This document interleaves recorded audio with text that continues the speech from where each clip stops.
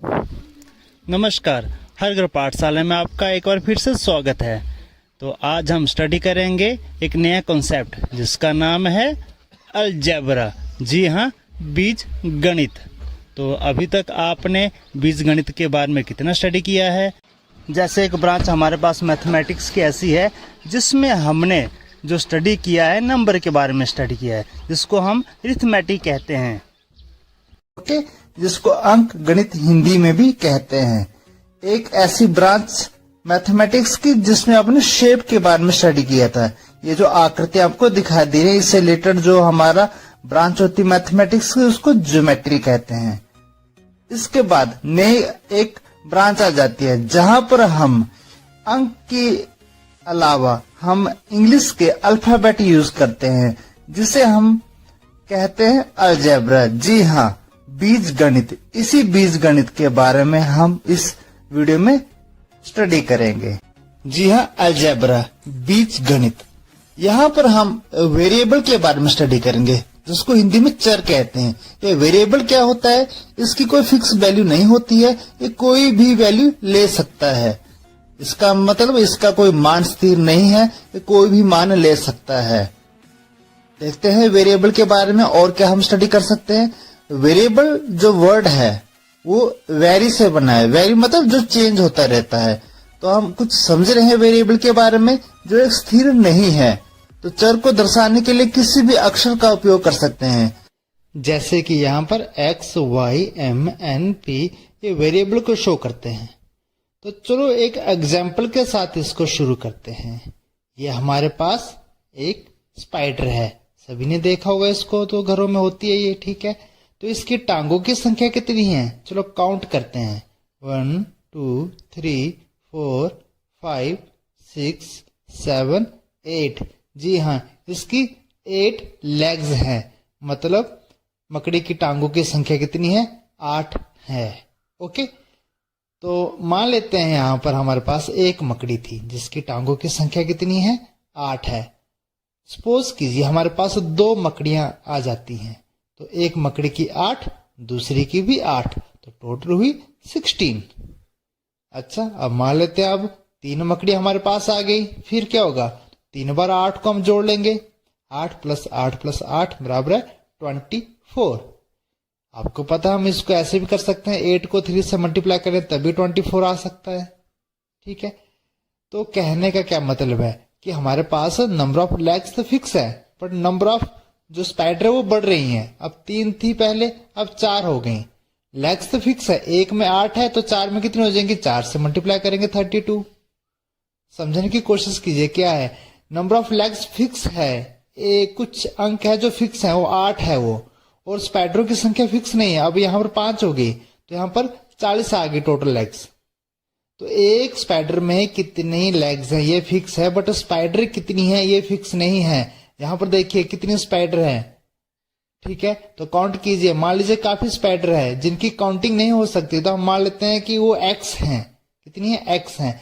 तो जो हमारे पास टोटल जो हमारी x जो स्पाइडर है, इनमें टांगों की संख्या कितनी होगी? तो एक स्पाइडर की 8 है, तो 8 को x से मल्टीप्लाई करेंगे तो टोटल आ जाएगा 8x। समझ रहे हो? यही अलजेब्रा है। अब ध्यान से देखिए, जो 8 था वो फिक्स था, वो अचर था, उसकी वैल्यू चेंज नहीं हो रही थी, उसको कांस्टेंट कहते हैं, ठीक है।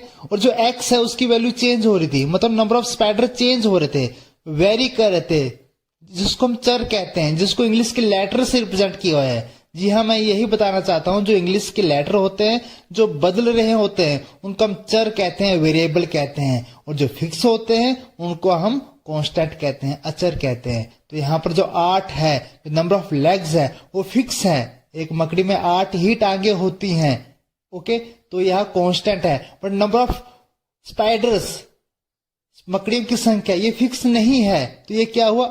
चर हुआ। अब हम स्टडी करेंगे कि वेरिएबल की वैल्यू कैसे निकाल सकते हैं,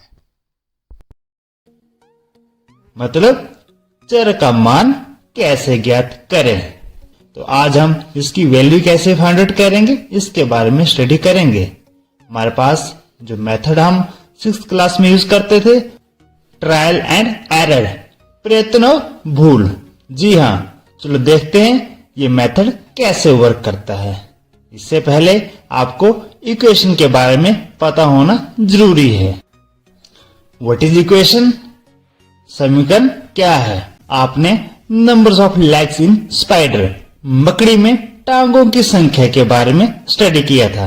अगर आपको ध्यान होगा तो आपने देखा था कि एक स्पाइडर जो होती है उसमें 8 लेग्स होती हैं। जो 8 था वो अचर था, कांस्टेंट था, और जो स्पाइडर था, नंबर ऑफ जो स्पाइडर थी हमारे पास वो चर थे, वेरिएबल। तो मान लीजिए अब यहाँ पर हमारे पास एक कंडीशन लग जाती है। एक कंडीशन दे दी हमें। क्या कंडीशन दी?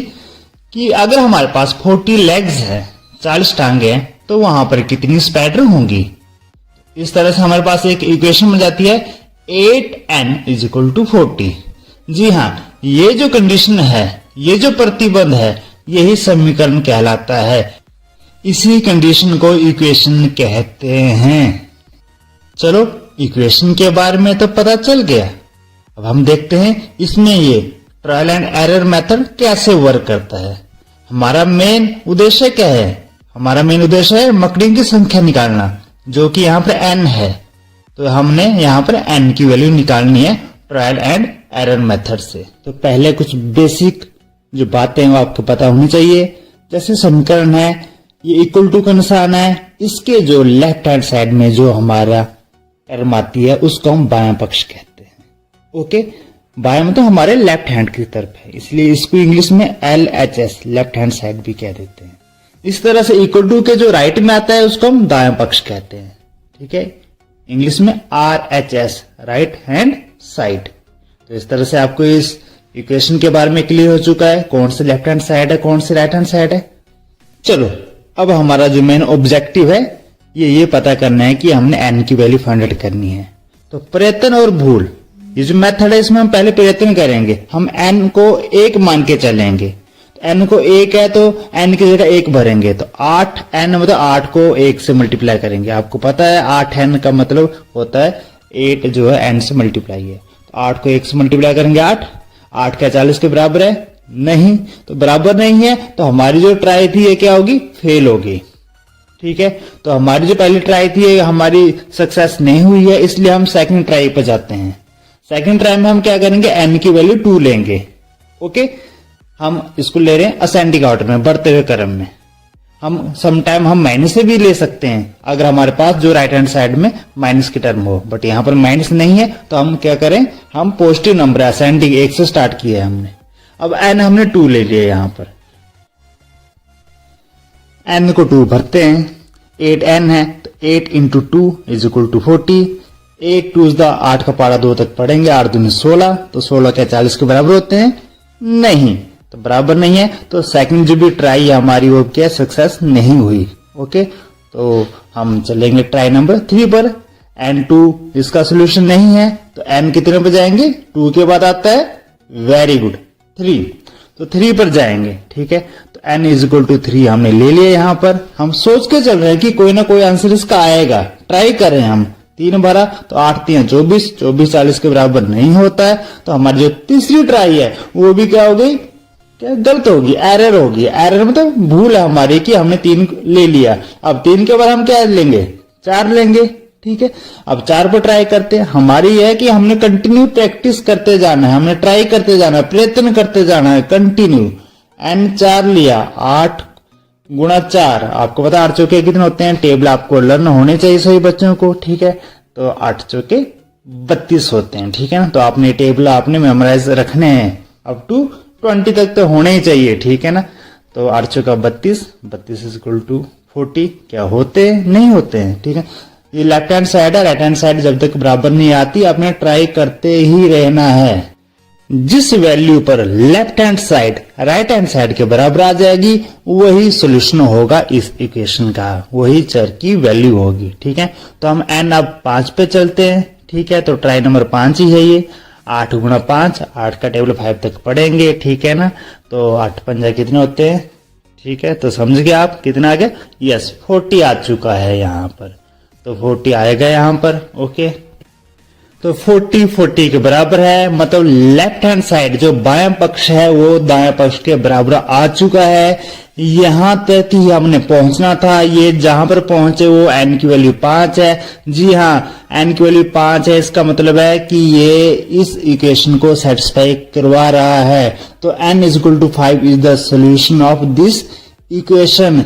इस समीकरण का जो हल है वो क्या है, n इज इक्वल टू 5। तो हमारे पास नंबर ऑफ स्पाइडर, ठीक है, वो कितनी आती हैं, 5 आती हैं। हमारे पास 5 जो स्पाइडर है उनकी जब हम लेग्स काउंट करेंगे तो 40 के बराबर आएंगी। इस तरह आज का वीडियो यहीं पर समाप्त होता है। मिलते हैं नेक्स्ट डे नए वीडियो के साथ। तब तक thank you and have a nice day.